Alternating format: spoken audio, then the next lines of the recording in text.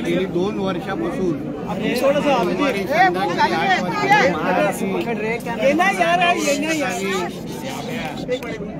समर्थकांनी सुरू केलेली आजच्या आरतीला महाआरतीला 2 वर्ष पूर्ण होत आहेत। त्या निमित्ताने मी आणि माझे सहकारी आमदार आदरणीय महेशदादा लांडगे अन्य मान्यवर या आरतीला उपस्थित होतो। मोठ्या प्रमाणामध्ये गौरक्षक या आरतीला उपस्थित होते आणि एकत्र मिळून त्यांनी केलेलं काम आमचे शिवशंकर स्वामी म्हणून एका तरुणांनी ज्या पद्धतीने तो महाराष्ट्रामध्ये गौरक्षणाचं काम करतोय त्या कामाला कौतुक करणं आणि सरकार म्हणून गौरक्षकांना पाठिंबा देणं यासाठी मी आवर्जून इथे उपस्थित होतो। तुम्ही एका बाजूला गौरक्षणाचे भाग देताय, तरुण उतरलेले आहेत, पण राज्यामधली जर परिस्थिती बघितली तर राज्यातल्या तरुणी सुरक्षित नाहीत, महिला सुरक्षित नाहीत। त्याकडे तुम्ही कशा प्रकारे सुरक्षेची मागणी करता देवेंद्र फडणवीसांकडे?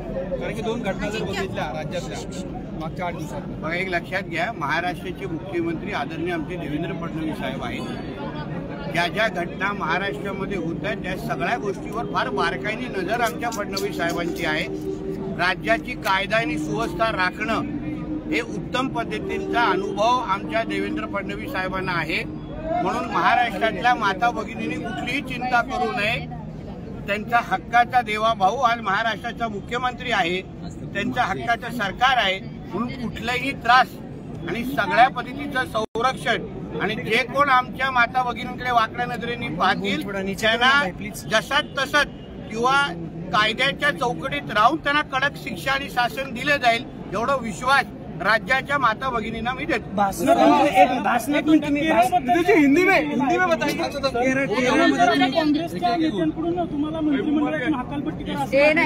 जेव्हा त्यांच्या राहुल गांधी आणि प्रियंका गांधीवर मी काय सत्य काही बोललो तर काँग्रेसचे नेते बोलणारच ना, त्यांना त्यांच्या नोकऱ्या टिकवायच्या आहेत ना।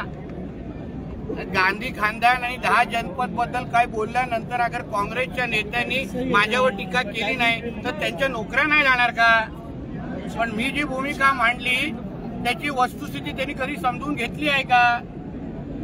मुस्लिम लीगचा हस्तक्षेप राहुल गांधीच्या निवडणुकीमध्ये किती होता, प्रियंका गांधींच्या पोटनिवडणुकीमध्ये किती होता याची माहिती काँग्रेसच्या नेत्यांनी जे माझ्यावर टीका करतात त्यांनी महाराष्ट्र देशाला द्यावं ना। ऑल इंडिया मुस्लिम लीग यांनी देशाच्या फाळणीमध्ये आणि या सगळ्या गोष्टीमध्ये फार मोठा सहभाग होता। ते अगर राहुल गांधी आणि प्रियंका गांधीच्या निवडणुकीमध्ये अगर सक्रिय सहभाग घेत असतील, त्यांच्या रोड शो मध्ये काँग्रेसच्या झेंड्यापेक्षा मुस्लिम लीगचे झेंडे जास्त दिसत असतील, मग त्याच्यावर देशाचा नागरिक म्हणून म्हणायचं नाही। केरला आमचा आहे, आमच्या देशाचा एक भाग आहे आणि आमच्या देशामध्ये राहून अगर कोणी पाकिस्तानचे गोडवे घात असतील, पाकिस्तानची मदत करत असेल तर त्यावर बोलणं भारतीय म्हणून माझं परम कर्तव्य म्हणून ते बोललेलो आहे। सर, भाषणातून तुम्ही अनेकदा उल्लेख केला की आता तुमचं सरकार आहे, फडणवीसांचं सरकार आहे, हिंदू सरकार, नेमका नितेश राणेंचा हा इशारा कुणाला होता? आमचं राज्य हे हिंदुत्व विचाराचं सरकार आहे। राज्यामध्ये गोहत्या बंदी कायदा 2014 ते 19 पासून लागू झालेला आहे आणि GR निघालेला आहे। तो कायदा कोण तोडत असेल तर त्याच्यावर कडक शासन होणार।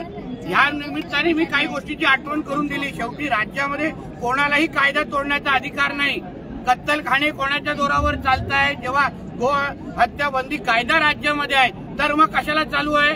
मग अशा पद्धतीच्या बेकायदेशीर गोष्टी अगर आमच्या राज्यामध्ये होत असतील तर त्यांना परत आठवण करून देण्याची गरज आहे की हे भगवादारांचं सरकार आहे आणि हिंदुत्ववादी विचाराचं सरकार आहे। याच्यावरून पण सरकारवर आता टीका केली जाते, अजून कारवाई कुठली होत नाहीये। हे तुम्हाला असं वाटतं की कारवाई होत नाहीये? रोज ज्या पद्धतीने कारवाई सुरू आहे, त्यांच्या प्रॉपर्ट्या जप्त केल्या जात आहेत, सगळ्या पोलीस खातं व्यवस्थित पद्धतीने काम करत आहे।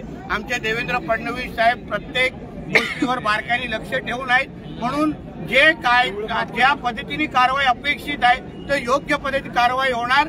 फडणवीस साहेबांनी, मुख्यमंत्री साहेबांनी पहिल्या दिवसापासून सांगितलेलं आहे कोणालाही सोडलं जाणार नाही। तो कोणी असेल, कोणाच्या जवळ असेल तर त्याचा विषय राहतो काय? तुम्ही थोडं थांबा। तुम्हाला जेव्हा ब्रेकिंग न्यूज पाहिजे तेव्हा ब्रेकिंग न्यूज मिळत नाही। हो, थांबा एक मिनिट, समजून दे। तुम्हाला जेव्हा ब्रेकिंग न्यूज पाहिजे तेव्हा ब्रेकिंग न्यूज भेटत नाही। काही गोष्टी कायद्याच्या चौकटीत राहून व्यवस्थित पद्धतीने करायला लागतो. म्हणून ह्या गोष्टी आमच्या मुख्यमंत्री साहेबांवर सोडा, योग्य पद्धतीने शासन होणार. साहेब, देशमुखांच्या परिवारांशी तुमचं काही बोलणं झालंय का? कारण तुम्ही राज्यभरात मंदिरामध्ये फिरता, बीड आणि परभणीमध्ये आम्हाला दिसले नाहीत. आमचे सरकारच त्यांच्या संपर्कात आहे. आमचं सरकार त्यांच्या संपर्कात आहे. आमचं सरकार त्यांना पूर्ण मदत करत आहे. मी सरकारचा मंत्री म्हणून माझा प्रतिनिधी, माझ्या सरकार जर त्यांच्याशी बोलत असेल तर मी वेगळं वैयक्तिक काय बोलू? आम्ही त्यांच्या संपर्कात आहोत, त्यांचा आधार देतोय. देशमुखाला न्याय देण्याचं काम आमचं सरकार करतोय. विषय संपला. सर, मुंडव्यात एक पब आहे पुण्यातून एक धक्कादायक बातमी समोर आलेली आहे. मुंडव्यात एक पब आहे आणि उद्या 31 डिसेंबरच्या पार्श्वभूमीवर मुंडव्यातल्या पबमध्ये काल कॉन्डोमचे पाकिट्स आणि ORSचे पाकिट्स जे आहेत, अशा काही गोष्टी बेकायदेशीर गोष्टी, कायद्याच्या चौकटीतल्या बाहेरच्या काही गोष्टी असतील, पोलिसांचं लक्ष ठेवतील ना. ग्राहक आता सतर्क आहे. 31 डिसेंबरचा काळ आहे. जे काही नियम कायद्याच्या अनुसार ज्या काही गोष्टी नियम घालून दिलेले आहेत प्रत्येकाने ते पाळावे. जे कायदा तोडतील त्यांना शिक्षा होईल. मात्र तुमचे वडीलही काँग्रेसमध्येच होते. मी पण काँग्रेसमध्येच होतो. मी पण आमदारच होतो. म्हणजे काय राहुल गांधीच्या बद्दल सत्य सांगायचं नाही असं कुठे लिहिलेलं आहे का? काही नियम आहे का? राहुल गांधी आणि या लोकांचे असले रंग निघाले म्हणून आज आम्ही इथे आहोत. पण मग हे सत्य आणि कोणी देशाच्या विरोधात भूमिका घेत असेल, कोण मुस्लिम लीगची मदत घेत असेल तर पक्ष राजकारण बाजूला, आम्ही एक भारतीय म्हणून त्याबद्दल भूमिका घेतलीच पाहिजे असं मताचं मी आहे. ऑल इंडिया मुस्लिम लीग बद्दल बोललोय मी. ऑल इंडिया मुस्लिम लीग काय आहे, काय गुण तुला माहिती आहे का? सांग 2 मिनिटं. आहे अभ्यास नाहीये ना? म्हणून अभ्यास कर. मग प्रश्न पालकमंत्री कधी होणार? केरळला डायरी नाही ना ती. माझा विषय ना आमच्या सरकारच्या प्रमुखांना विचार. तुम्हाला पालकमंत्री व्हायला आवडेल का? पालकमंत्री सरकार जी जबाबदारी देईल, मुख्यमंत्री जी जबाबदारी देईल मी पार पाडणार. तुला संपादक व्हायला आवडेल का? नाही आवडणार. सांगून टाक ऑन रेकॉर्ड. धनंजय मुंडे थांबा रे. गांधी के उपचुनाव और चुनाव में जो काम करने लोग हैं, जो उनको सपोर्ट करने लोग हैं, वो एंटी नेशनल्स हैं ऐसी मालूमात हमारे पास है. वो देश के विरोधी ताकतें हैं. ऑल इंडिया मुस्लिम लीग जैसे जिन्होंने अपने देश के खिलाफ काम किया है, वो उनके साथ कंधों से कंधा मिला के उनके चुनाव में वायनाड में काम करते हैं. उस बारे में अगर मैंने कहा तो फिर कांग्रेस वालों को मिर्ची लगने की क्या जरूरत है? हम कोई भी पार्टी के कार्यकर्ता होने के पहले हमारे देश के विरुद्ध अगर कोई भूमिका लेता होगा तो उस बारे में बात करना ही चाहिए ना. पाकिस्तान के झंडे कोई लहराता होगा तो उसके बारे में बात नहीं करना चाहिए. वही अगर मैंने बात रखी, केरल हमारा है, हमारे देश में है, हमारे हिंदुस्तान का भाग है, और हमारे हिंदुस्तान के केरल में अगर कोई भी पाकिस्तान के जैसे काम उधर करता होगा, हिंदुओं को परेशान करता होगा, बड़े पैमाने पे हिंदुओं का उधर कन्वर्जन किया जाता है, तो ये सारी भूमिका अगर मेरे माध्यम से अगर मैंने सामने रखी, मतलब क्या मैंने केरल को बाहर पाकिस्तान में डाला नहीं. केरल हमारा ही है और हमारा ही रहेगा, और आगे जाके केरल ये भगवादारी होगा, इतना विश्वास से कहूँगा. सर लेकिन मंत्री धनंजय सर मंत्री है कि अगर केरला में आपका कहना है कि केरला में आतंकवाद मतलब और पैदा किया जा रहा है और बढ़ रहा है उस तरह, लेकिन केरल का लिटरेसी रेट तो आपको दिखा रहा है कि वो इंडिया में सबसे ज्यादा है. लिटरेसी रेट और आतंकवाद का क्या संबंध है, आप मेरे को बताइए जरा. क्या रिलेशन है बताइए मेरे को. आतंकवाद ये एक अलग विषय है, लिटरेसी रेट ये अलग विषय है.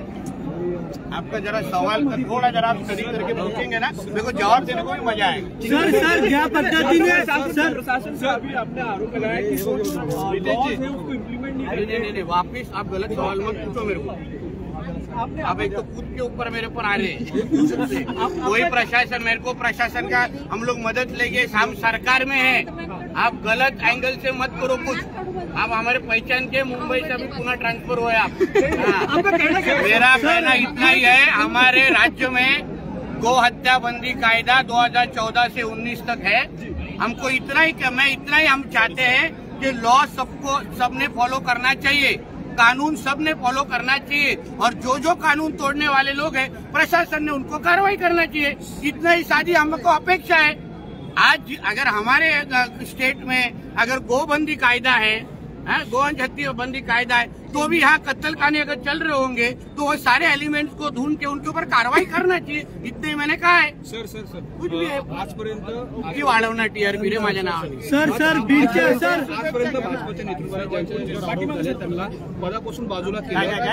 भाजप नेतृत्वाने आजपर्यंत ज्या मंत्र्यांवर आरोप झाले त्यांना बाजूला केलं, तर आज धनंजय मुंडेंवर आरोप होत आहेत। पण महायुतीचा घटक म्हणून लक्षात घ्या, तो आमच्या सरकारचे प्रमुख आणि त्या सगळ्या बाबतीमध्ये निर्णय घेतील। चला, धन्यवाद। जय श्रीराम।